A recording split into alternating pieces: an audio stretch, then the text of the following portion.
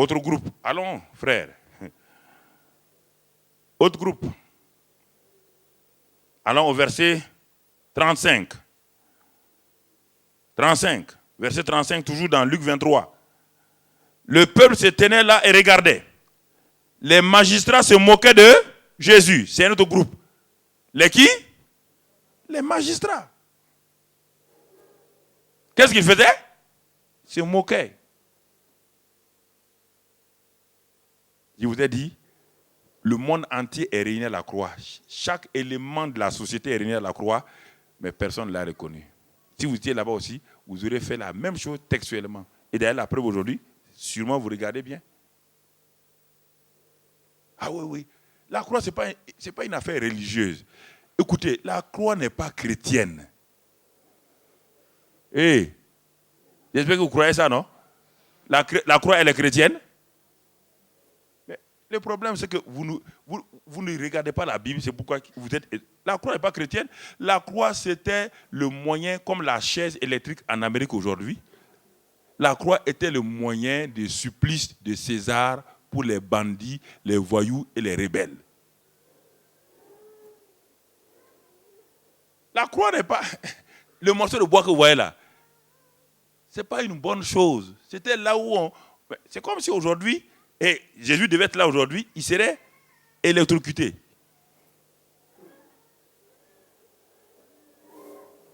La croix, ce n'est pas une affaire chrétienne.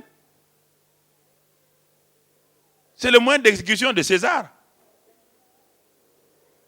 Avant Jésus, des gens ont été crucifiés. Le jour de la mort de Jésus, il y avait combien de croix? 3 croix. Alors, si la croix est une affaire chrétienne, donc tu vas adorer les 2 voleurs aussi alors. Donc, tu dois les adorer. Si la croix est une chose chrétienne, tu dois adorer les 2 croix des 2 voleurs là. C'est les mêmes bois. Il faut comprendre. La révélation, c'est ça qui manque aux chrétiens. Ah, la croix. Ils portent une croix sur leur... La croix que tu as portée là, c'est la croix des 2 voleurs aussi.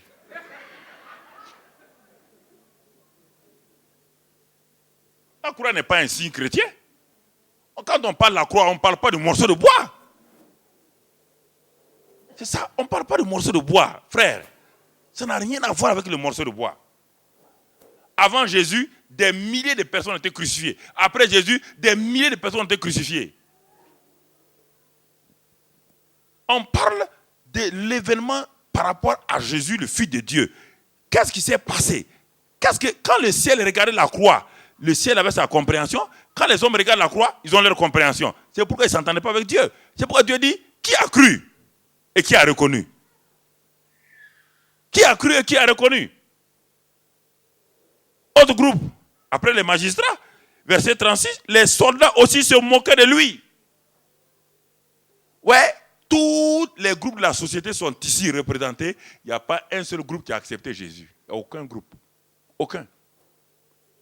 Le monde entier est là devant la croix. Vous voyez déjà, le monde entier devant la croix. Mais aucun homme n'a accepté la croix. Personne ne comprenait qu'est-ce que la croix. Personne ne comprenait. Les soldats se moquaient. Ensuite, verset 39. L'un des malfaiteurs crucifiés l'injuriait, disant, n'es-tu pas le Christ? Même les mauvais n'ont pas compris. Ils ont continué à faire quoi? À insulter.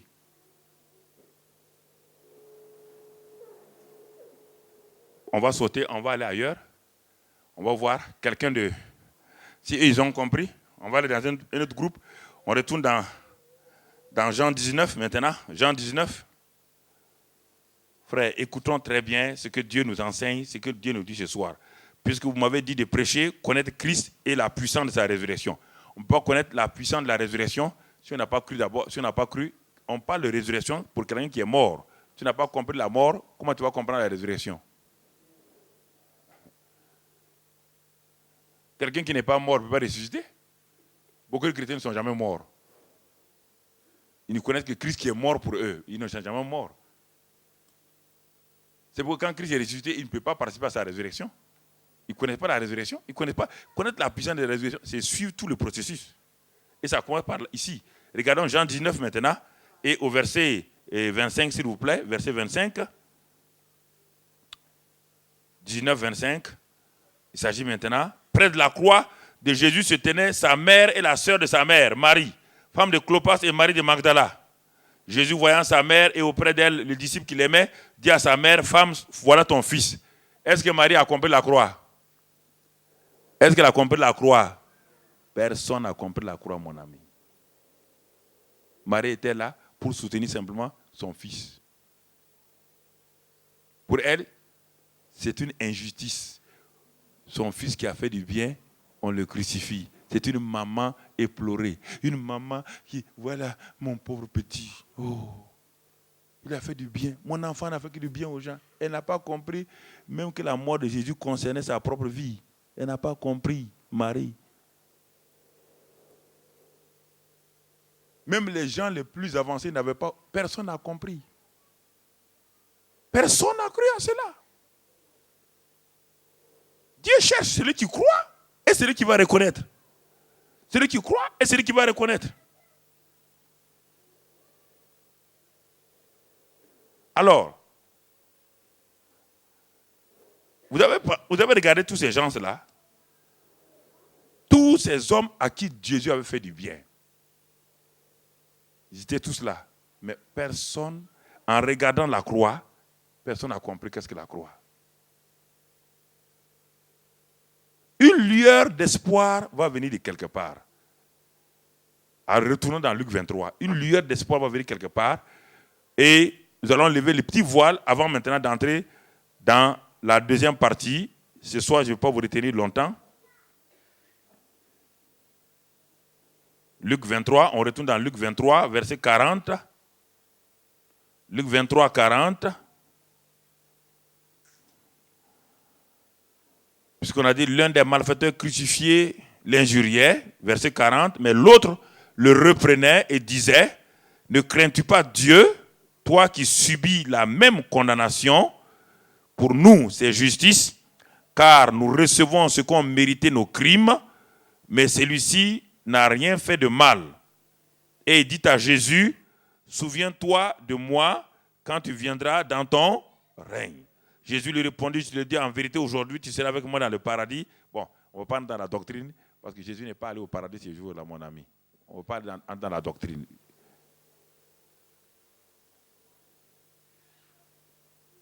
Il y a une lueur d'espoir pour quelqu'un. Et même là, il n'a pas tout compris. C'est-à-dire qu'il a écouté les paroles de Jésus. Quand Jésus disait, parce que Jésus avait dit, Père, pardonne-leur, car ils ne savent ce qu'ils font. Au moment où lui et son compagnon sont en train d'insulter ceux qui les ont crucifiés, ils sont en train de maudire ceux qui les ont crucifiés, celui de droite écoutait, regardait Jésus attentivement. Et il entend des paroles merveilleuses qui sortent de sa bouche. Père, pardonne-leur. Il a entendu, il a prêté attention à ces paroles-là.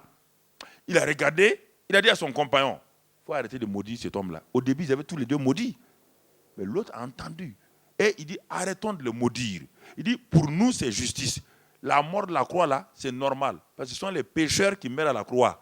La croix n'est pas faite pour les innocents. Vous voyez, il a une révélation. Mais il n'a pas compris totalement. Mais il a un voile est ôté.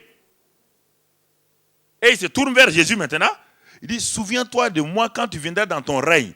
Donc, il a aperçu que ce que les gens, les Juifs ont dit, il n'est pas roi. Les Romains ont dit, il n'est pas roi.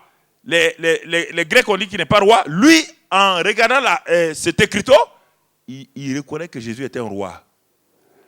Mais il n'a pas connu que Jésus est mort pour ses propres péchés. La croix, il a reconnu artificiellement que Jésus était un roi parce que par son langage et tout, mais il n'a pas reconnu. Regardons maintenant, alors frères et sœurs, les 11 disciples l'ont-ils reconnu? Aucun des 11 disciples ne savait pourquoi Jésus était en train de mourir à la croix. Aucun des 11. Aucun. Ne parlons pas du 12e, lui il est déjà parti.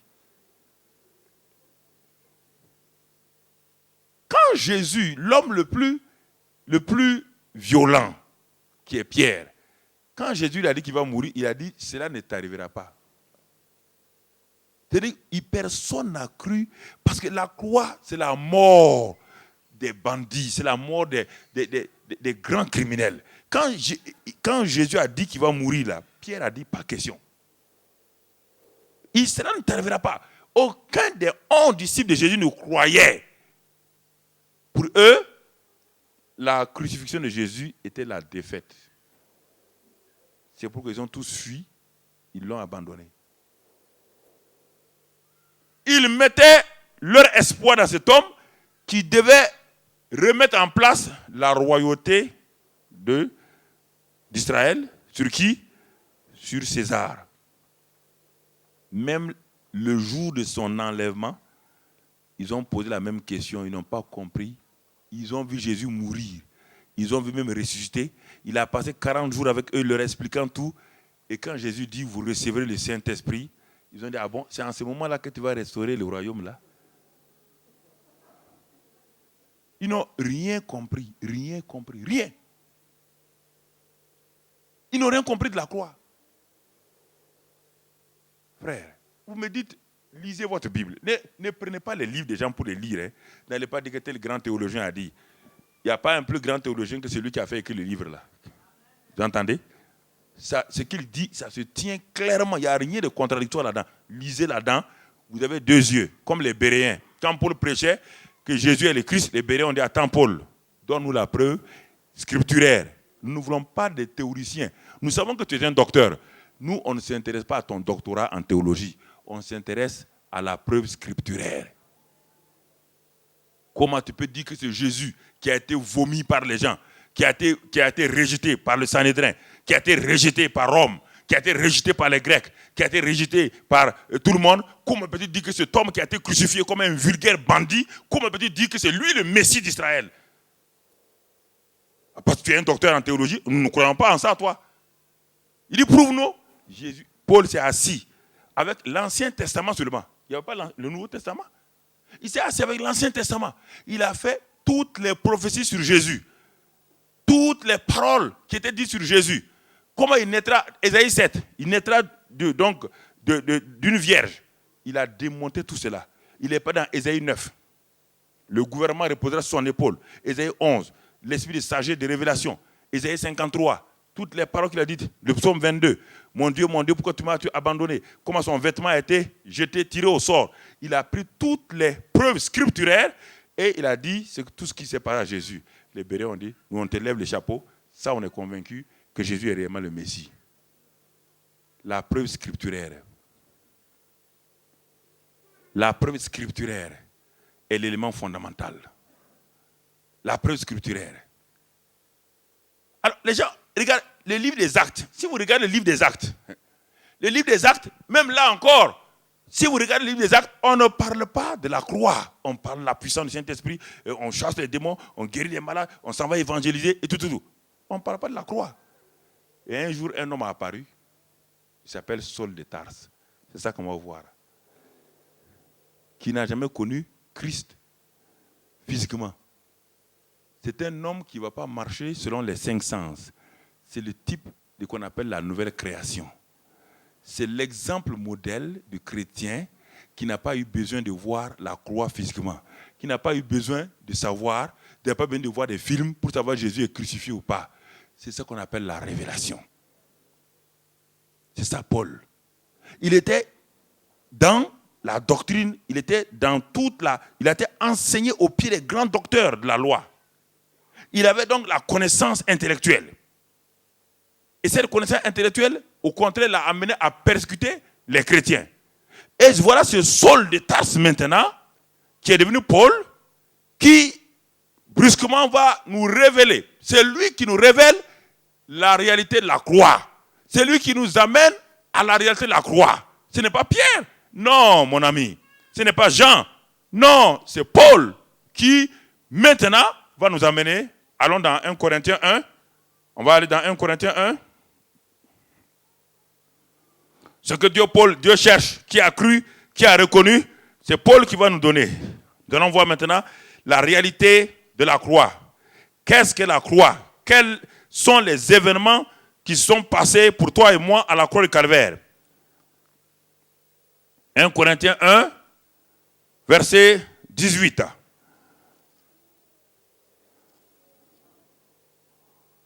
1 Corinthiens 1, 18, Paul dit, car la prédication de la croix est une folie pour ceux qui périssent.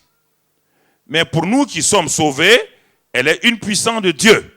Et même là encore, quand les chrétiens lisent cela, ils ne savent pas de quoi il s'agit. Il dit ici, la prédication de la croix est une folie pour ceux qui périssent. Et on va sauter pour ne pas vous retarder. Il dit au verset 21, car puisque le monde, avec sa sagesse, vous voyez bien, n'a point connu Dieu dans la sagesse de Dieu, il a plu à Dieu de sauver les croyants par la folie de la prédication. La folie.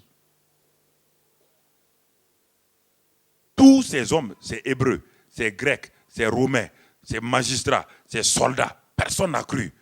Parce que Dieu a utilisé ce que le monde appelle folie. Si tu as cru à la croix par un raisonnement logique, je comprends pourquoi ta vie n'est pas changée. On ne peut pas croire à la...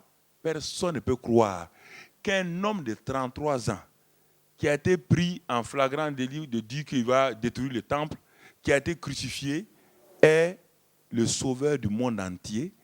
Et pas le sauveur seulement de ceux pour qui il est mort, mais le monde entier, depuis que le monde est monde, c'est cet homme-là, il n'est même pas mort comme un saint, il est mort comme un vulgaire bandit, et vous dites que son sang qui a coulé sur cette croix-là lave les gens de toute génération. Il n'est pas mort en Chine, et ce sang lave les Chinois. Il n'est pas mort en Afrique australe, et son sang lave les gens de l'Afrique australe. Il n'est pas mort en Amérique, et son sang, il est mort dans un endroit, à Golgotha, à Jérusalem, et vous dites que le sang de cet homme-là lave tout le monde. C'est une folie. C'est pourquoi, frères et sœurs, le secret est là. Pourquoi alors, si Dieu devait sauver les gens, pourquoi Dieu n'a pas donné à chaque continent un Christ? Là, on va croire. Puisqu'on dit que toutes les religions sont bonnes. Mais Dieu aurait dû donner aux Africains un Christ noir, donner aux Hindous un Christ brun, donner aux Indiens un Christ jaune, donner aux Blancs, et donc aux Blancs un Christ blanc, et aux autres, chacun avait son Christ. Comment c'est le Christ qui est mort bizarrement comme un voleur, et vous dites que c'est lui qui sauve les rois, il sauve tout le monde, il purifie? Où est son sang, mon ami? Où est son sang? Quand quelqu'un meurt déjà, 2 jours après, son sang est quoi? Sec. Et vous voulez que le sang de Jésus, il est où?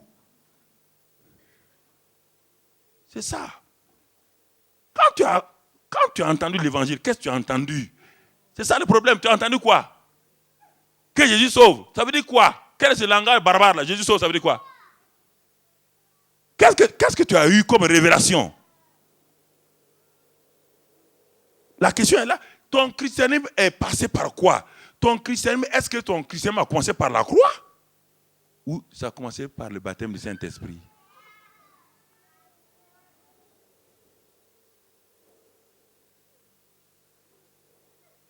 Pose-toi la question ce soir, pourquoi dans ta vie ça ne va pas? Pourquoi tu n'as pas la victoire? Où ton christianisme a commencé? La croix est la porte d'entrée. Jésus a dit que celui qui rentre par la fenêtre est un quoi? Par où tu es rentré? La porte d'entrée de la croix, ou bien par une prédication sur l'onction qui t'a fait tomber, rouler à terre. On a dit que tu es sauvé. Jésus a roulé à terre pour te sauver. Non, réfléchis. Ta conversion a commencé où?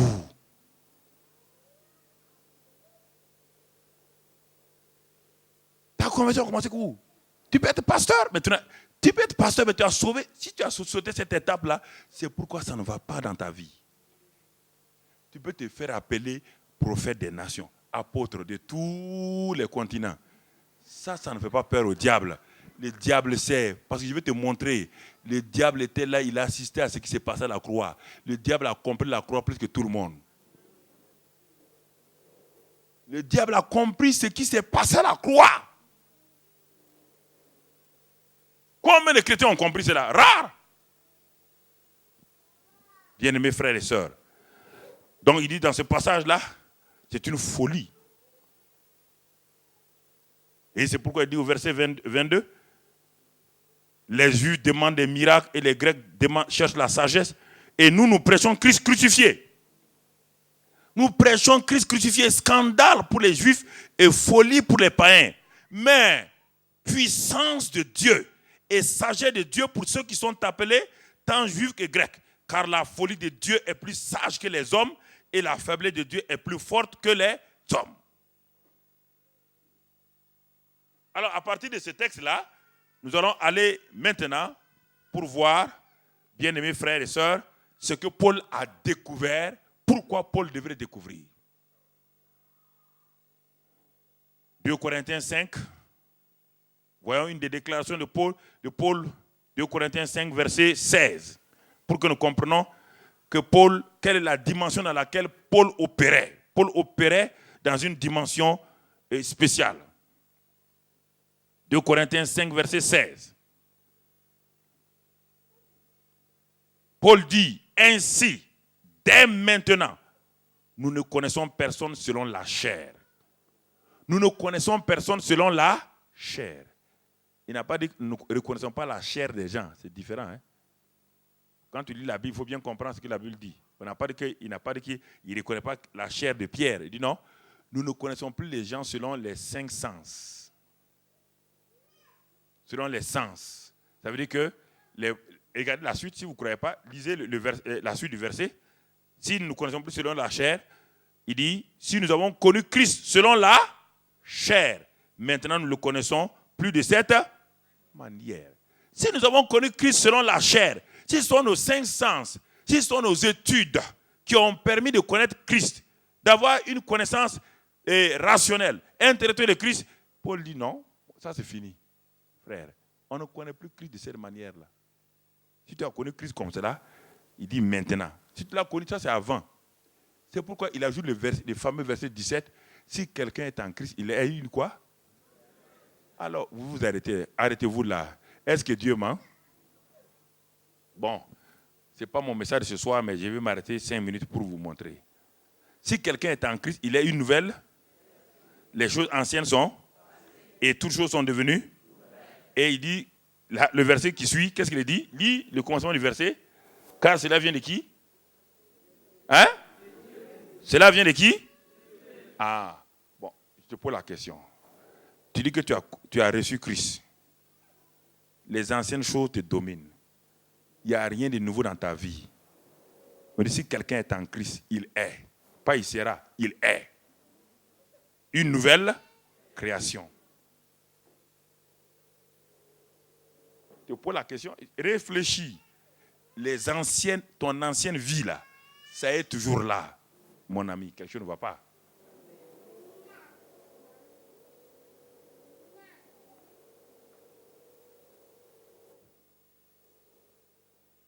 Un jour, j'ai rencontré un jeune évangéliste bouillant. Et nous faisons une campagne à la Maison du Peuple du Burkina. Maison du Peuple, c'est un endroit où on prêche. Il m'a dit, Pasteur Karambili, j'ai commencé mon ministère. Il dit, non, mais je suis rempli du Saint-Esprit. Il dit, il n'y a pas de problème, c'est formidable. Moi, je ne doute pas. Je suis rempli du Saint-Esprit, Dieu avec moi. Je dis, il n'y a pas de problème. Il dit, mais 2 Corinthiens 5, 17, là, qu'est-ce que tu dis? Il dit, ouais, mais je connais Dieu. Il dit, 2 Corinthiens 5, 17, là, les anciennes choses sont passées, toutes choses sont devenues nouvelles. Il dit, mais ça veut dire quoi? Il dit, je crois ça, pasteur, je sais, j'ai expérimenté. Il dit, mais comment ça? Il dit, mais avant d'être converti, je buvais un cajot de bière. Dans les cajots de bière, là, il y a 24 bouteilles. Par jour, je buvais 24. Mais depuis que je suis rempli du Saint-Esprit, je bois la moitié. Alors, est-ce que les anciennes choses sont passées? Je lui ai même plus parlé. Je l'ai même plus parlé, je l'ai même plus salué, je suis parti. Oui, c'est comme ça les gens. Eh oui. Oui. Avant d'être converti, mon frère, moi, je trompais les gens. Mais maintenant, bon, je trompe un peu seulement. Tu es sûr? Quand quelqu'un est en Christ, il est une nouvelle. Le christianisme n'est pas la culture. Ce n'est pas la culture européenne. Il faut vous arrêter. Il faut vous tromper là. Occidentaux, je vous parle. Le christianisme, ce n'est pas une culture. Ce n'est pas la civilisation judéo-chrétienne. C'est la vie divine. Il faut arrêter vos idées fausses Ce n'est pas judéo-chrétien, ce n'est pas culture. Jésus n'a pas amené une culture. Jésus a amené la vie divine. Il dit, celui qui croit en moi a la vie éternelle. La vie éternelle, c'est une qualité de vie qui vient de Dieu seul. C'est ça que Jésus a amené. Arrêtez le reste là. Jésus n'a pas besoin de culture. Il n'en a pas besoin. Le royaume des cieux étudie, il y a une culture extraordinaire. Il y a une culture judéo-chrétienne et vous vivez comme ça? Jésus vivait comme ça? Hein?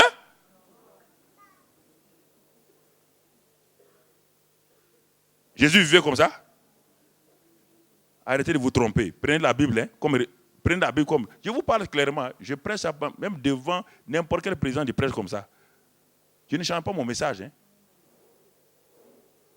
Je sais d'où je viens. Je sais en qui j'ai cru. Écoute-moi, je ne cherche pas d'intérêt. L'intérêt, je suis mort il y a longtemps à mes intérêts. Il y a plus de 25 ans, je suis mort à mes intérêts.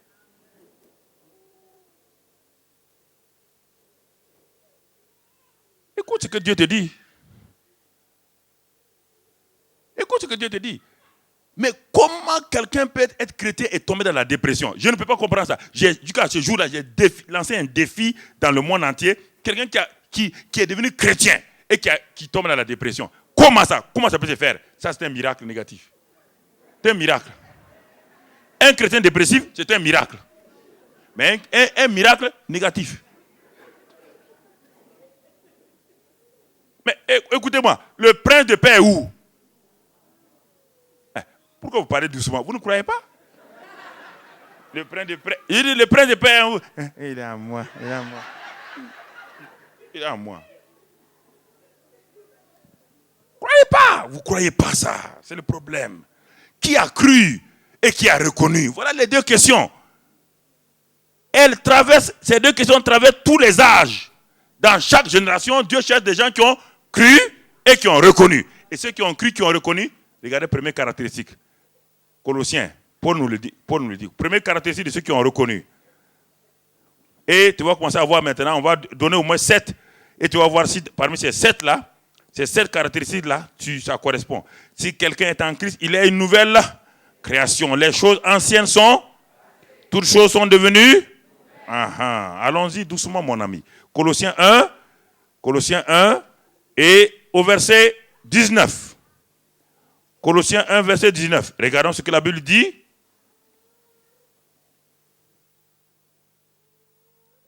Car, Dieu a voulu que toute plénitude habitât en lui. En lui, là, c'est Christ, en Christ. Verset 20. Dieu a voulu, par lui, ça veut dire Christ. Vous entendez? Dieu a voulu par Christ réconcilier tout avec lui-même, tant ce qui est sur la terre que ce qui est dans les cieux, en faisant la paix par lui, par le sang de ça. Alors, premier élément, le ciel et la terre ont été réconciliés. Et tu comprends?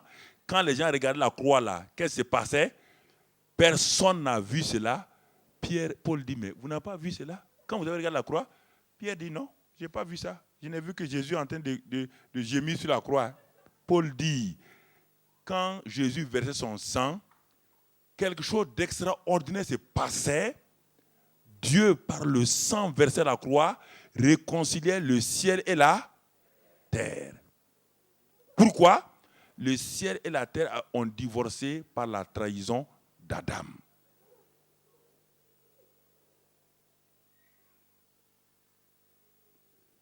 C'est ça que tu as cru?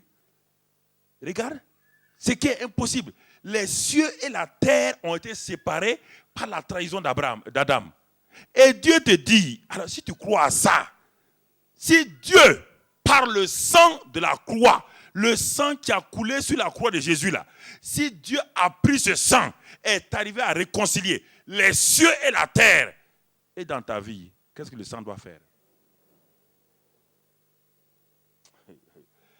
Vous dites que Dieu est incapable de changer un homme comme toi, et Dieu est capable par le sang de Jésus, le ciel là et la terre, il les réconcilie, et Dieu ne peut pas te réconcilier avec lui par le sang de la croix, et tu dis que toi ton péché, tu veux gêner pour ça? Est-ce que quand Dieu a réconcilié le ciel et la terre, il a gêné? Il l'a fait par quoi? Par le sang de Jésus. C'est ça que pour la première révélation, c'est ça qu'il a reçu. entre la terre et le ciel, il n'y a plus de problème. La réconciliation est totale. Lis la suite. Regarde mon ami. Est-ce que ta vie chrétienne, c'est ça que tu as compris? Regarde la suite. Et vous, regardez la déclaration. Vous qui étiez autrefois étrangers et ennemis par vos pensées et par vos mauvaises œuvres, il vous a maintenant réconciliés par sa mort dans le corps de sa chair. Il a réconcilié le ciel et la terre, et quand il a fini, comme il a réconcilié la terre et le ciel, et comme tu es un élément terrestre, il t'a réconcilié toi aussi avec lui. Donc ça, voici la première chose, révélation que Paul a eue de la croix. C'est ça que tu as reçu? Tu es en train de combattre le combat du deuxième ciel. Qui t'a ordonné de combattre le deuxième ciel? Dans quelle Bible on a dit que tu peux combattre le deuxième ciel? C'est pourquoi il y a des problèmes dans ta vie. Non, viens me montrer dans la Bible. Si demain, va lire et viens me montrer que tu peux combattre le deuxième ciel. Qui t'a dit ça? Je te prouve dans Genèse. Quand Dieu a créé Adam, avant qu'il crée Adam, Dieu a fait trois choses. Premièrement, quand il a dit que la lumière soit, la lumière fut. Il a dit que Dieu a séparé l'étendue des eaux qui sont sur la terre, l'étendue des eaux de l'autre côté, et il a créé une étendue qu'on appelle ciel. Et ensuite, il a créé la terre, le sec. Après, il a créé les mers, les trois éléments.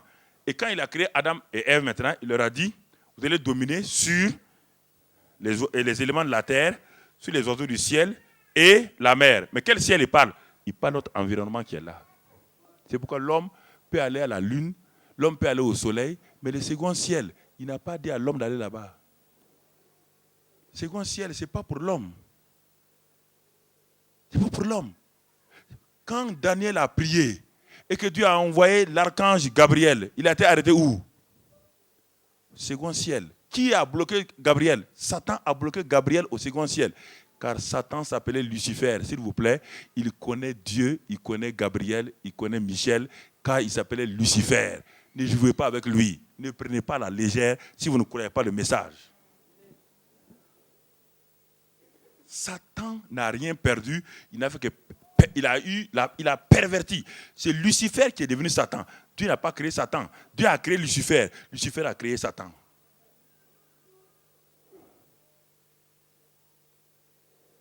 Lucifer a dit, quand Dieu a envoyé Gabriel, Satan a dit à Gabriel, tu veux passer pour aller où? Quand on était au ciel, qui commandait? C'est moi qui commandais. Tu passes pour aller où? Dieu a envoyé qui maintenant? Le chef de l'armée, l'archange Michel. Ils se connaissent. Quand Michel est passé, Satan reconnaît Michel. Satan reconnaît chacun. C'est pourquoi Satan a dit aux filles de Séva, nous connaissons Christ, nous connaissons Paul, mais vous, qui êtes-vous? Vous vous amusez à vouloir faire le combat spirituel parce que vous êtes blessé, vous avez des maladies incurables, et vous dites vous voulez combattre. Vous pouvez combattre Satan? Si vous ne croyez pas ce que Christ a fait à la croix, vous pouvez combattre Satan comme ça? Arrêtez de lire des livres qui vous créent des problèmes. Après, vous avez des cancers qui ne peuvent pas cesser là. Vous avez des avortements répétés. Que vous voulez, vous pouvez combattre Satan. Toi, tu es en bas ici là. Lui, il est là-haut. Tu le vois? Quand il envoie un caillou sur toi, tu vois le caillou?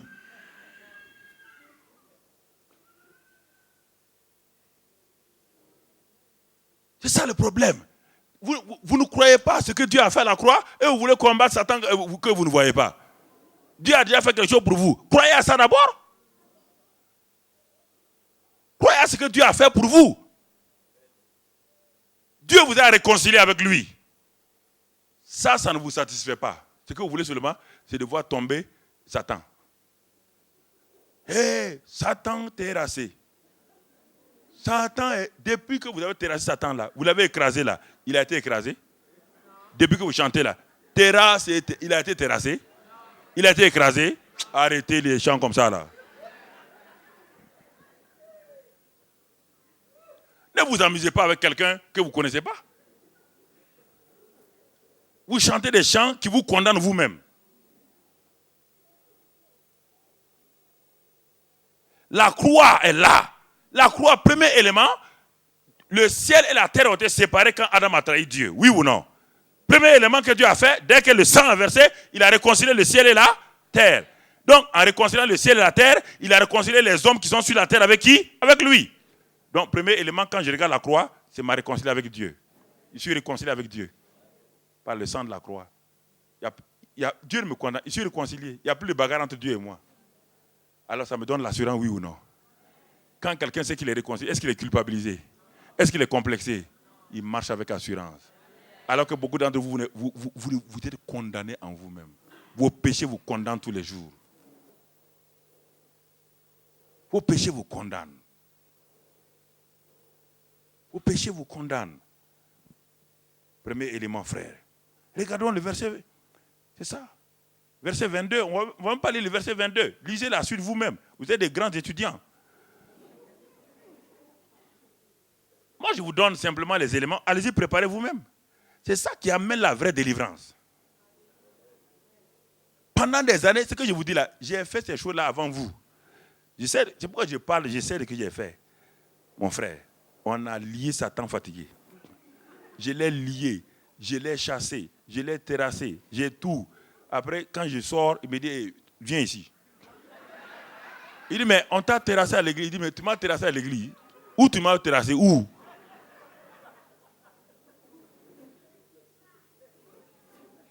Il m'attendait à la porte. Vous avez beau danser ici. Quand vous sortez, il est au dehors là. S'il n'est pas au dehors, ou bien vous allez à la maison, il a déjà mis votre mari en colère assis à la maison, il vous attend là-bas. Tout ce que vous avez reçu ce soir là, vous allez tout gâter à la maison là-bas. Vous croyez qu'il est comme ça? Il faut bien comprendre qui il est. Si vous ne comprenez pas la croix, vous allez faire des erreurs. Vous allez croire que vous pouvez parler de n'importe quoi à Satan, il va vous écouter. Non. Deuxième verset, deuxième élément que Paul a découvert, quand il a écrit aux Éphésiens, Éphésiens 2, il écrit aux Éphésiens aussi, il leur révèle quelque chose que les Éphésiens les Colossiens n'ont pas compris la croix, les Éphésiens n'ont pas compris. Et Paul nous enseigne à travers ses épîtres maintenant. Éphésiens 2 et au verset 11. C'est pourquoi, vous autrefois païens dans la chair, vous voyez bien, vous autrefois païens dans la chair. Quand on parle de païens, on ne parle pas des féticheurs d'Afrique. Hein. Païens, c'est tout le monde sauf exception Israël. Vous entendez? C'est tout le monde. Tout le monde sauf Israël. Voilà. Donc il y a des païens civilisés, il y a des païens sauvages. Mais tout le monde est païen, c'est païen. Voilà. Ce n'est pas les Africains du village. C'est tout le monde. En dehors des Juifs. Tu es calme maintenant. Ok. Vous, autrefois, appelez incirconcis par ceux qu'on appelle circoncis, qui le sont à la chair par la main de l'homme. Souvenez-vous que vous étiez en ce temps-là sans Christ, vous entendez? Privés du droit de cité en Israël, étrangers aux alliances. Est-ce qu'il y a en dehors d'Israël, est-ce que quelqu'un avait part à l'alliance de Moïse? Hein? Les 10 commandements, est-ce qu'on a part à ça? Voici, beaucoup de pasteurs trompent les gens. Les 10 commandements ont été donnés pour le peuple d'Israël.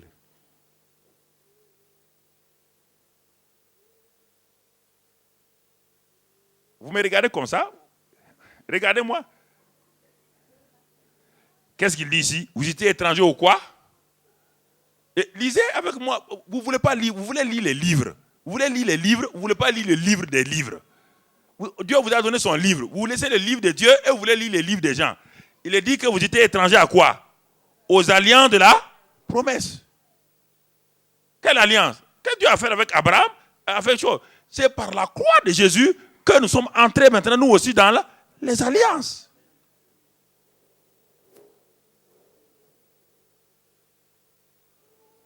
Que nous sommes entrés dans les alliances. Étrangers, sans espérance et sans Dieu dans ce monde. Israël seulement avait un Dieu. Alors, puisque nous n'avons pas de Dieu, comment on peut entrer dans une alliance? Parce pourtant on n'a pas ce Dieu-là. Comment on peut entrer dans une alliance d'un Dieu qu'on n'a pas? C'est pourquoi on dit qu'on était sans Dieu. Le monde entier était sans Dieu. Il n'y a rien de mauvais. Sans Dieu. Sans Dieu. Lis la suite. Mais maintenant, vous entendez, en Jésus-Christ. C'est ça, ce sont ces termes que vous devez dire. Le now là, le maintenant là. C'est ça que vous devez prendre en considération. Il faut entourer ça, mais maintenant. Maintenant, c'est quoi? On n'a pas dit tout de suite là.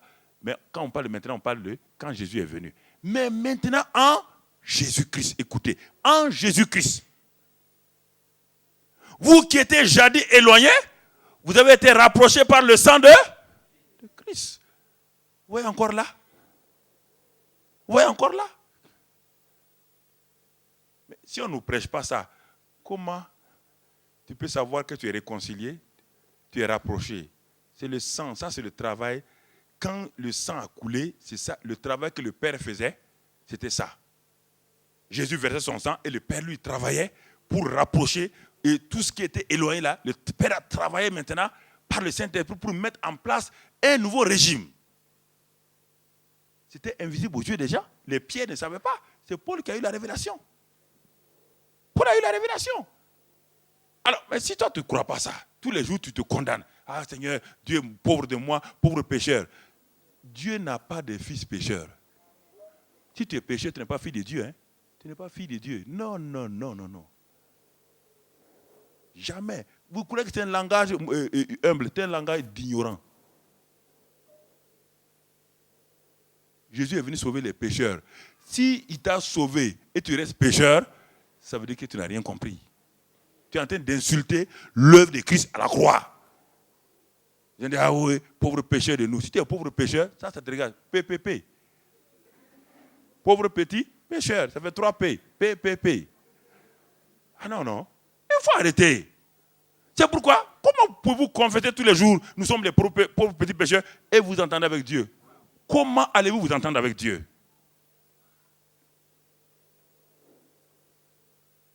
C'est comme si tu adoptes un enfant dans la rue, un mendiant. Tu l'adoptes, tu es roi. Tu l'adoptes, tu l'amènes dans ta maison. Tu dis que désormais, il porte ton nom. Il est fait par ta famille. Tout, tout, tout. Et il continue à sortir, pauvre petit mendiant de moi. Pauvre petit... tu seras heureux? Tu seras heureux? Alors, pourquoi vous voulez attrister Dieu tout le temps? Vous croyez que c'est l'humilité? C'est l'ignorance. C'est ça le problème.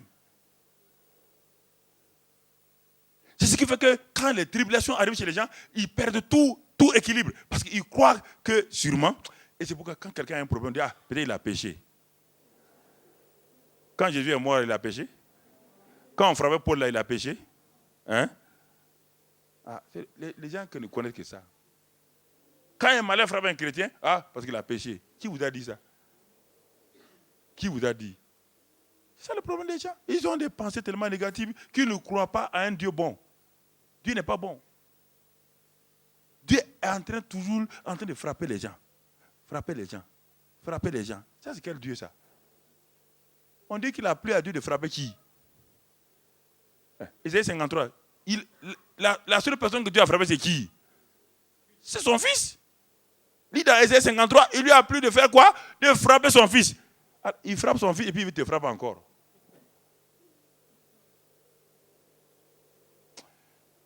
Il y a trop de mélange dans le christianisme. C'est fait qu'ils n'ont pas la foi. Même les chiens de cette terre-là ne croient pas en cette doctrine-là. Même les chiens de la terre-là ne croient pas en ça. N'importe quel chien, qu'il soit français, américain ou anglais ou africain, ne croit pas en ça. N'importe quel chien ne croit pas. Ce que vous dites là, un Dieu bon, en même temps méchant, personne ne croit en ça. Si c'est faut aller chez vous à la maison, prenez un gros morceau d'os. Vous appelez le chien avec l'os. Le chien avance et vous levez un gourdin. Qu'est-ce que le chien fait? Est-ce que vous pouvez attirer un chien avec un os et un gourdin? Alors comment pouvez-vous amener quelqu'un à aimer un Dieu qui a un os dans sa main et un gourdin dans sa main droite? Vous pouvez l'aimer ça? Ou dites la vérité, vous pouvez l'aimer? Ma soeur, tu ne peux pas l'aimer. Il faut dire, je ne peux pas l'aimer. Qui est ce Dieu qu'on vous a présenté là? Quel est ce faux Dieu? On va le voir. Quel est ce faux Dieu? Quand Jésus est venu là, vous l'avez vu Jésus faire des choses comme ça? C'est lui seul qui a présenté le Père parfaitement. Et regardez, quand tu vois Jésus, c'est pourquoi il dit celui qui m'a vu a vu le Père. Le caractère du Père était en lui. Arrêtez de me dire des choses comme ça. C'est ça qui fait que votre foi n'est pas solide. Quand vous voulez avancer, on dit, ah, et ton péché d'hier? Ah, on recule. Ah, Seigneur, pardonne-moi. Quand tu avances, Satan dit, et ton péché d'avant-hier? Ah, Seigneur, je recule. Et c'est comme ça que les chrétiens font. Tous les jours, ils sont en train de prier, de reculer. Ils ne peuvent pas avancer. Ils n'ont pas confiance. C'est que l'œuvre que Christ a fait. Ils n'ont pas confiance de ce qu'il a fait. Frère, bon, je suis en retard, mais je suis... Éphésiens 2, 11, donc on le voit ici. Ensuite, et 2 Corinthiens 5. 2 Corinthiens 5, 21. Je vous donne ces éléments-là. Quand tu as cru là, quand tu as reconnu là, est-ce que tu as reconnu ces choses-là? 2 Corinthiens 5, 21. 2 Corinthiens 5, 21. C'est lui, Christ, qui n'a point connu le péché, Dieu l'a fait devenir péché pour nous. Tu entends? Il n'a pas seulement pris nos péchés, mais Dieu l'a fait devenir quoi? Péché pour nous, afin que nous devenions en lui justice de Dieu. Il y a eu un échange. C'est ça, la croix. C'est un échange de position. Nous qui étions pécheurs, Dieu l'a fait devenir péché, pas pécheur, hein, péché. Et Dieu nous a donné la nature de Christ qu'on appelle la justice de Dieu. Mais combien de chrétiens arrivent à croire à ça? Voici le vrai problème. Qu'est-ce que la justification dans la Bible? La justification, c'est la nature divine que Dieu communique à un homme qui a cru en Christ. Et à cause de cette nature de justice divine, de justification, cet homme ou cette femme-là n'a plus de complexe, ni de culpabilité, ni de complexe d'infériorité devant Dieu ou devant Satan. La justification vous donne l'assurance en vous. La justification vous donne... Et c'est ça qui s'est passé à la croix. C'est ça qui s'est passé, frère. Il a fait devenir péché. C'est le Père qui a fait ça. C'est pourquoi le Père dit, qui va croire à ça? Qui va croire que le Père a pris son Fils saint, il a fait devenir péché, et toi, le pécheur, et tu as fait devenir justice de Dieu. C'est pourquoi Dieu dit, si tu ne crois pas à ça, comment tu vas avancer avec lui? Si tu ne crois pas à ça, comment tu vas avancer? Si tu ne crois pas à ça, comment tu vas avancer? Satan va te culpabiliser en permanence. Satan va te complexer en permanence. Satan va te dire des choses terribles. Et il va te dire, mais toi, on ne peut pas avoir confiance en toi. Autre élément, toujours, Romains 3, verset 23, que nous connaissons. Nous aimons citer des versets forts, mais nous ne savons pas. Le reste là, on ne veut pas les citer. Romains 3, verset 23. 3, 23. Nous connaissons bien ce verset qui dit, oui, tous ont péché et sont privés de la gloire de Dieu. Mais, hein? Dieu ne s'arrête pas là. Tous ont péché, sont privés de la gloire de Dieu. Ah oui, tout le monde dit, oui, nous avons péché, nous sommes privés. Ce n'est pas fini. Lis la suite. Lis la suite. Mais qu'est-ce que la suite dit? La suite dit, conjonction de coordination. Ça veut dire que ça lie deux éléments, deux faits. Le premier fait est la première partie, et le montre qu'il y a quelque chose d'autre. Mamadou et Jean Zida. Je vois Mamadou, mais puisqu'il y a un je dis, mais pourquoi tu as dit Jean Zida? Où est Jean Zida? Tu dis, ah, il n'est pas là. Donc, il ne faut pas dire On n'a jamais commencé une phrase en disant Tu es déjà venu chez moi et tu dis Non. Le une conjonction de coordination, met deux éléments face à face. Donc, premièrement, nous avons péché, privés de la gloire de Dieu. Tout le monde s'arrête là-bas. Tout le monde dit oui. On dit maintenant, frère, priez. Oui, Seigneur, nous sommes privés de la gloire de Dieu. Privés de la gloire de Dieu. Alléluia. Privés de la gloire de Dieu. Arrête ça. Manipulateur là. Arrête les gens. Tu es en train de manipuler les gens? Lis la suite.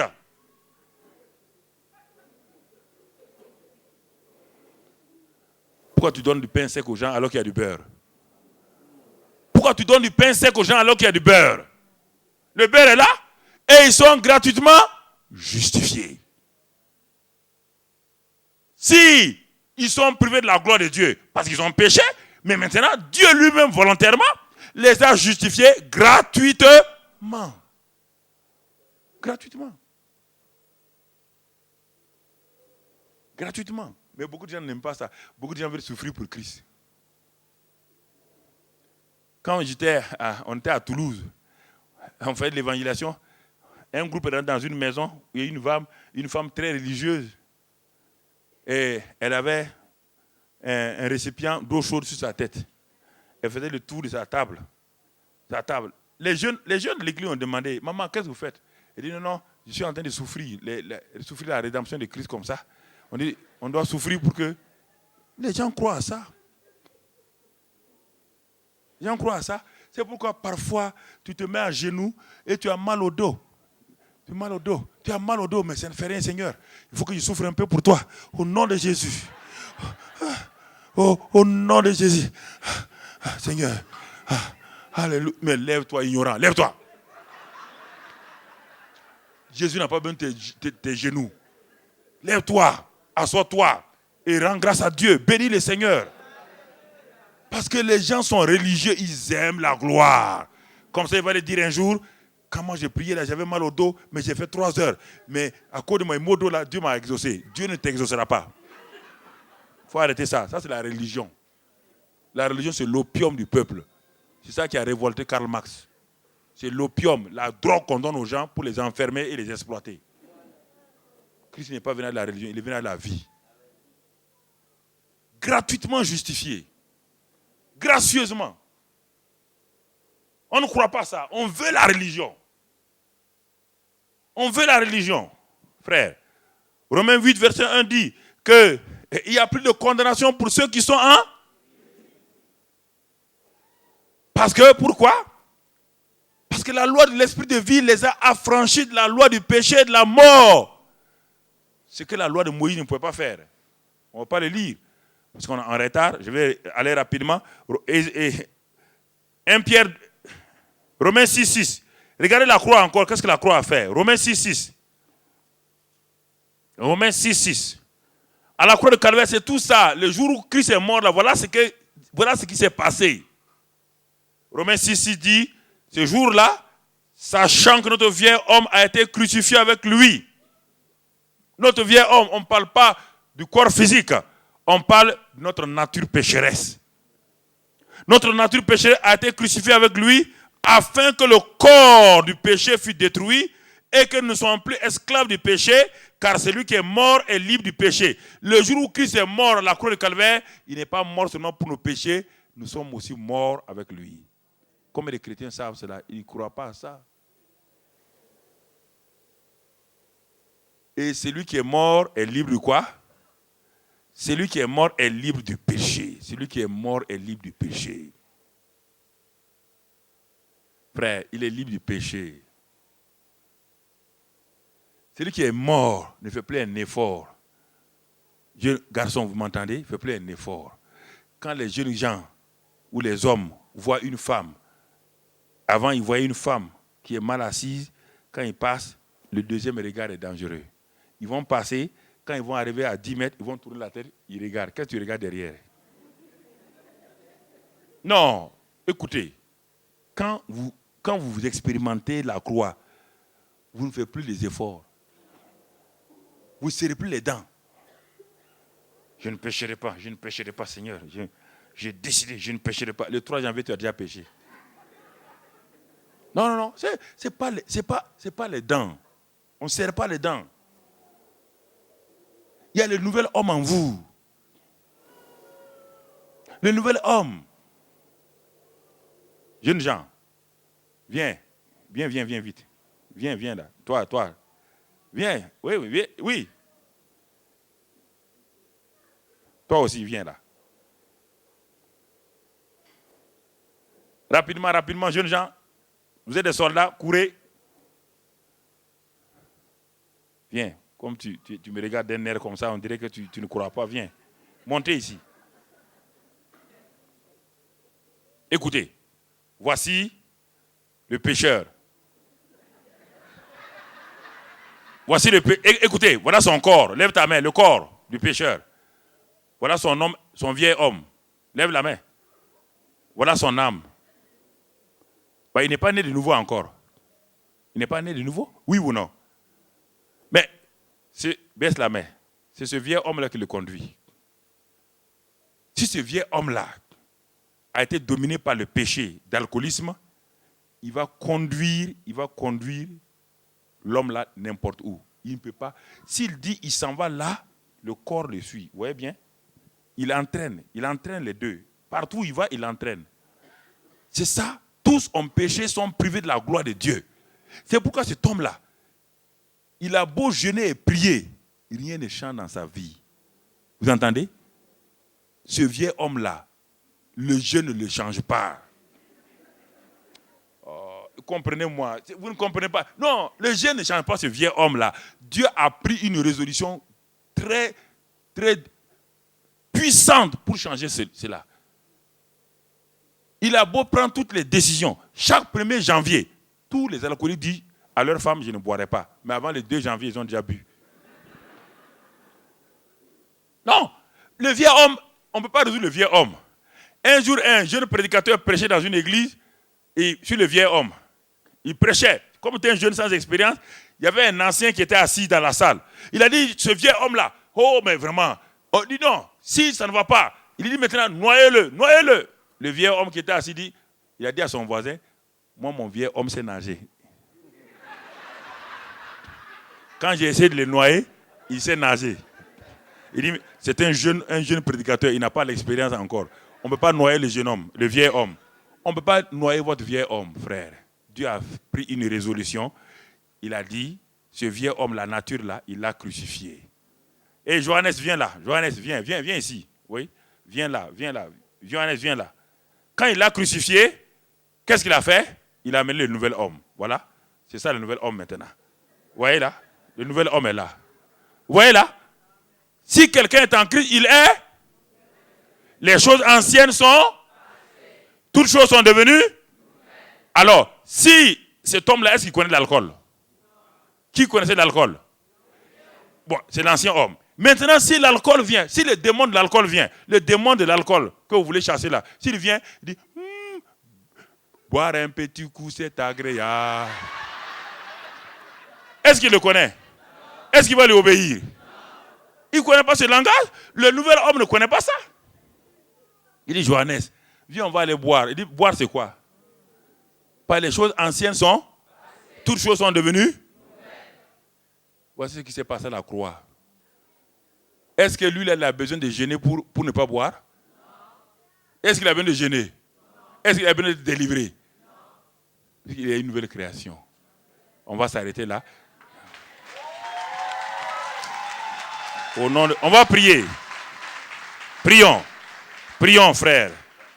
La croix du calvaire. Père, nous te prions ce soir. La croix du calvaire est une réalité. Mais que l'ennemi nous a aveuglés pour nous faire voir seulement les dimensions purement religieuses. La croix sentimentale, où nous pleurons, parce que nous avons vu un Jésus qui a eu des pointes. Nous sommes là en train de pleurer. Seigneur, ce soir-là, nous te prions.